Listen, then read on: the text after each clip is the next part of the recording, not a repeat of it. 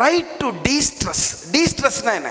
நான் ஸ்ட்ரெஸ்ஸில் இல்லை அப்படிங்கிறது. ஏன்னா பிஸ்னஸ் எதுக்காக ஆரம்பிக்க வந்திருக்காங்க அப்படிங்கிறது நிறைய பேர் என்ன சொல்லுவாங்க, எனக்கு ஒருத்தனுக்கு கீழே வேலை பார்க்கறது பிடிக்காது, அதனால நான் பிஸ்னஸுக்கு வந்துட்டேன். ஆனால் பிஸ்னஸை மட்டும் ஈஸியாக நினச்சிடாதீங்க. இப்போ நம்ம ஃபஸ்ட்டு இதுப்போம் ஸ்டார்ட் யுவர், நீங்கள் ரேட் பண்ணுங்க.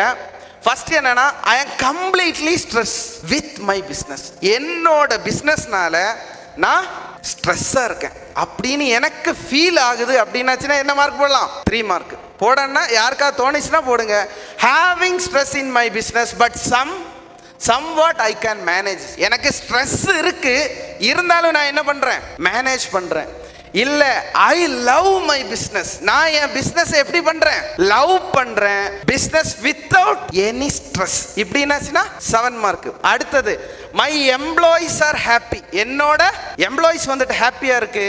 To work my company having huge customer support. எனக்கு எவ்வளோ சப்போர்ட் இருக்கு? ஒரு ஹியூஜ் கஸ்டமரும் இருக்காங்க, என்னோட எம்ப்ளாயிஸும் சொந்தமாக இருக்காங்க. நான் பிஸ்னஸை லவ் பண்ணி பண்றேன் அப்படின்னாச்சுன்னா 9 மார்க்.